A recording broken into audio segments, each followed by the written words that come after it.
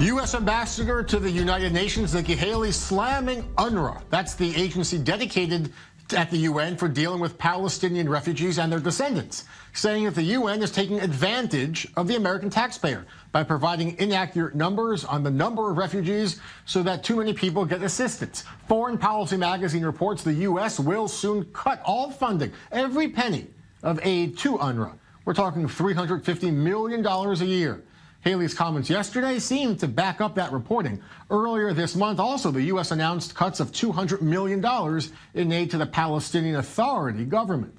Haley also openly doubting the Palestinian claim to a right of return to Israel, saying it's a claim that should be taken off the table entirely during negotiations. Many Palestinian lawmakers say not only can't the issue of right of return be taken off the table, it is the table itself. It is a core issue in this conflict that the millions of descendants from the original 1948 war have a right to return to their homeland. Haley disputes that. She says the fourth and fifth generation offspring of the original refugees, some of whom have citizenship in other nations, should no longer be classified as refugees. To talk about these issues, I have with us in the studio our senior Middle East correspondent, Mohammad Al-Kassim. Let's begin, though, with Yoram Ettinger joining us live. He is the former ambassador to the U.S., also the longtime embassy minister there. Sir, I want to get your thoughts on the possibility that every penny of aid, hundreds of millions of dollars, could be cut to UNRWA.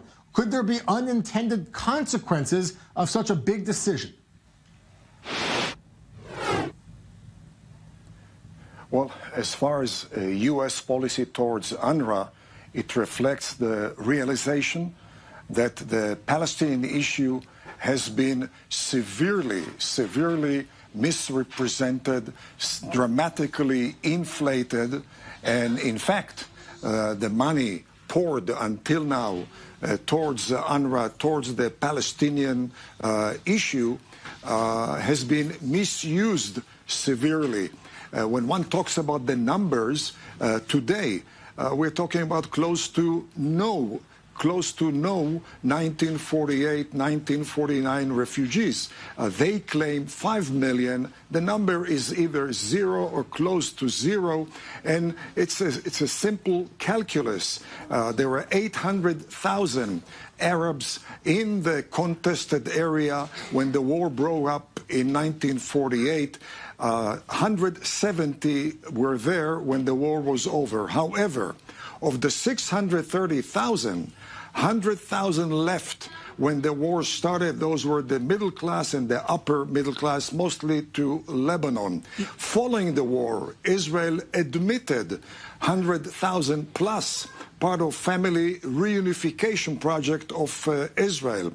50,000 were foreign laborers who were in the country about 2 years or less, and they do not qualify to Yoram, be at this refugees. point, though, UNRWA opens and operates thousands of schools and medical clinics. They make sure that young children, teenagers, they have vaccines, they have basic medical supplies, they're able to go to school, get an education. Every cent of this money could be lost. Won't that have a drastic impact? Well, at this stage, UNRWA participates in the hate education project initiated by the PLO initially and then followed by the Palestinian Authority. UNRWA has played a very negative role in any attempt to reduce tension in the area. UNRWA acts in contradiction to every standard followed by the UN High Commissioner on Refugees, which deals with 50 to 100 million refugees, minimizing that number year by year, while UNRWA deals with a phenomena which expands every single year. UNRWA has lent itself to the campaign of terrorism, providing terror regimes with extra resources. Therefore, the U.S. will do the right thing if they stop altogether any funding of UNRWA, and, by the way, sharing that funding with the UN High Commissioner on Refugees. The fact, by the way, is that the U.S.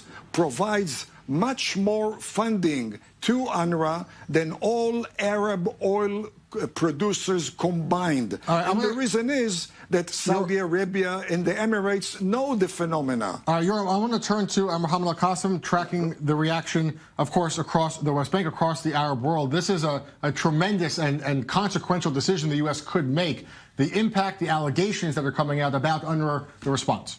Well, the U.S. is basically giving the Palestinian Authority and the Palestinians more reasons not to be involved with them anymore. This is going to widen the gap between the Palestinians and the Americans. As it is, the Palestinians don't think and don't view the Americans as honest brokers. And for anyone that to say that UNRWA is not doing the right thing, and they have to just suspend all payments to it. If you really think that UNRWA isn't doing the right thing, start working on rehabbing UNRWA rather than just taking away the money and leaving 5 million or more refugees without schooling, without health care, without any means of living. And by the way, no refugee has any other any nationality of any of the countries that they live in. Otherwise, they won't be considered refugees. On the issue of the right of return, is there wiggle room? I mean, somewhere between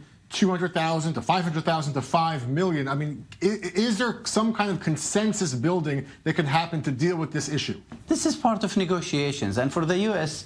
To come in and say, okay, Jerusalem is off the table, and the refugee issue is off the table. They use this phrase a lot. And basically, you know what? There is no Palestinian issue at the end of the day. When this is done the American way, Trump's way, there won't be any other issues to discuss regarding the Palestinian-Israeli conflict. No Jerusalem, no refugees, no borders, no security. What's there to negotiate between the Palestinians and the Israelis? And again, if UNRWA isn't really being conducted in a good way, if the U.S. really seriously interested in cutting the pork or making sure that it's efficient, work at making it efficient. But don't cut off every penny. Not just cut off everything, and that actually give credence to the argument that the U.S. isn't really interested in making UNRWA more efficient. They just want to take off the issue of the refugees off the table. Yoram, why should, I guess, the Palestinian Authority, the government, believe they have a true partner in America? If everything is off the table, would this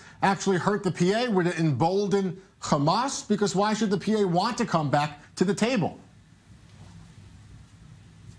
Well, it seems to me that the U.S.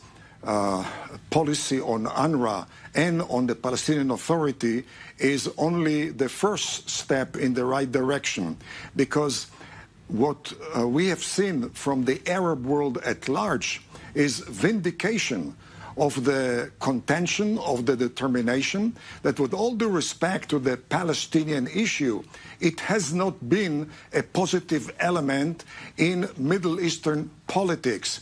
There have been many confrontations between Israel and the Palestinians. In none of them have we seen the Arab states partaking. The Arabs are showering the Palestinians with talk, but absolutely with no walk. And the reason is because they are familiar with the terror base of the Palestinians, which has plagued the Arab world. We have to leave it here. Yoram Ettinger, the former ambassador to the U.S., and Mohammad Al-Kassim.